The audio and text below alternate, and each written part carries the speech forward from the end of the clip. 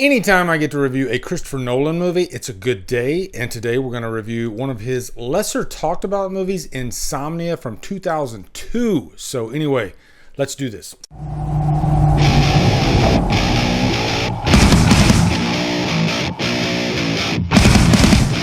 Insomnia stars Al Pacino, Robin Williams, Hilary Swank, and is directed by Christopher Nolan. Dormer.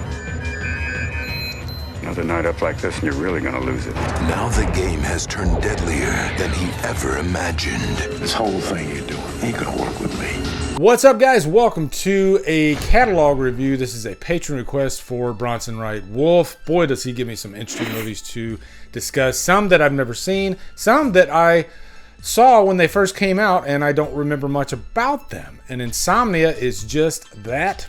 And you have to remember, this is before Batman Begins. This is after Memento, but Christopher Nolan wasn't Christopher Nolan at the time Insomnia came out. It was more of just, oh, it's an Al Pacino, Robin Williams movie.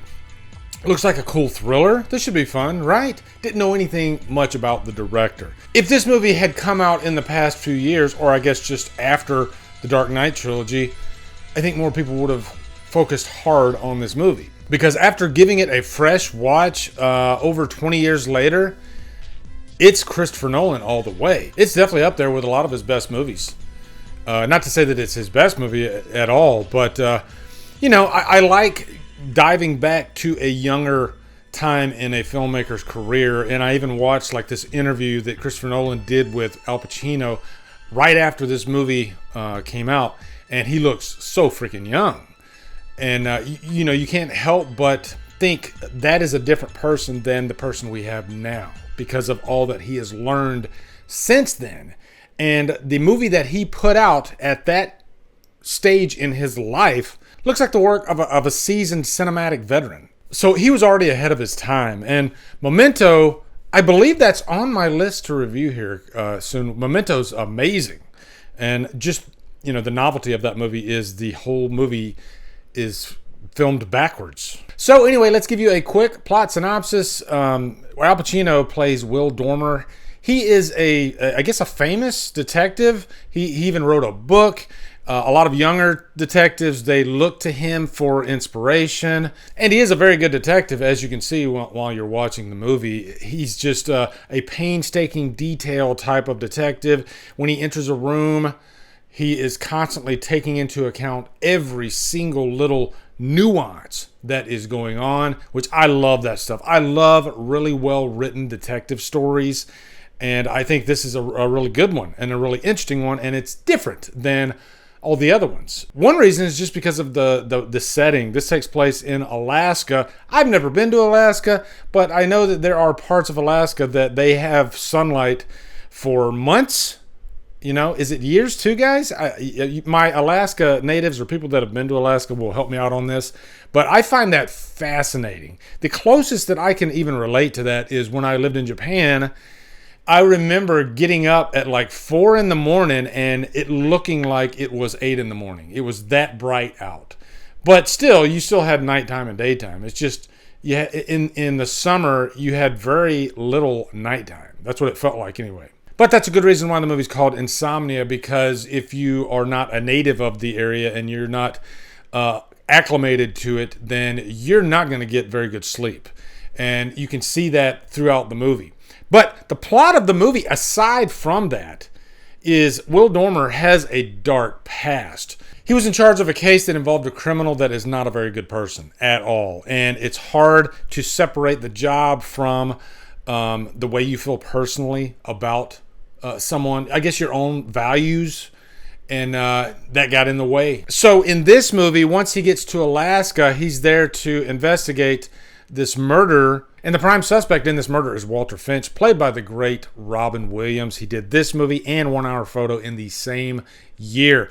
That must have been a dark year for Robin Williams. But there's a key scene, I think one of the most important scenes in the movie that sets everything into motion, when there's this big chase And the area that he's at, it's just so embedded with fog. And it's just a really cool scene because you can't see freaking 10 feet in front of you. And Walter Finch takes advantage of that fact. And Will Dormer accidentally shoots his partner. And because of what had happened in his past, knowing that the finger would be pointed at him, he chooses to put the blame on Walter Finch. So this makes for a very interesting story.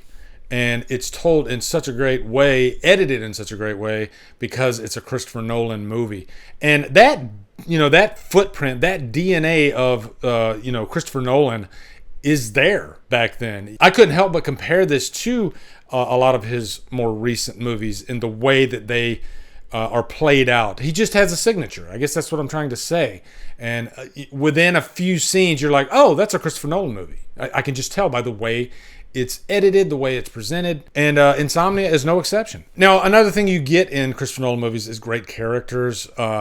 Hilary Swank, this was a prime era in her career, doing $1 Million Baby. I think she won her second Oscar before this movie. Definitely check out Boys Don't Cry if you haven't seen that. That's the first movie that she won an Oscar for, and she is phenomenal in it. But I really loved her because she is the young, wet behind the ears detective, and she's looking up to Will Dormer for guidance, clinging on to every word that comes out of his mouth because she just wants to be a good detective.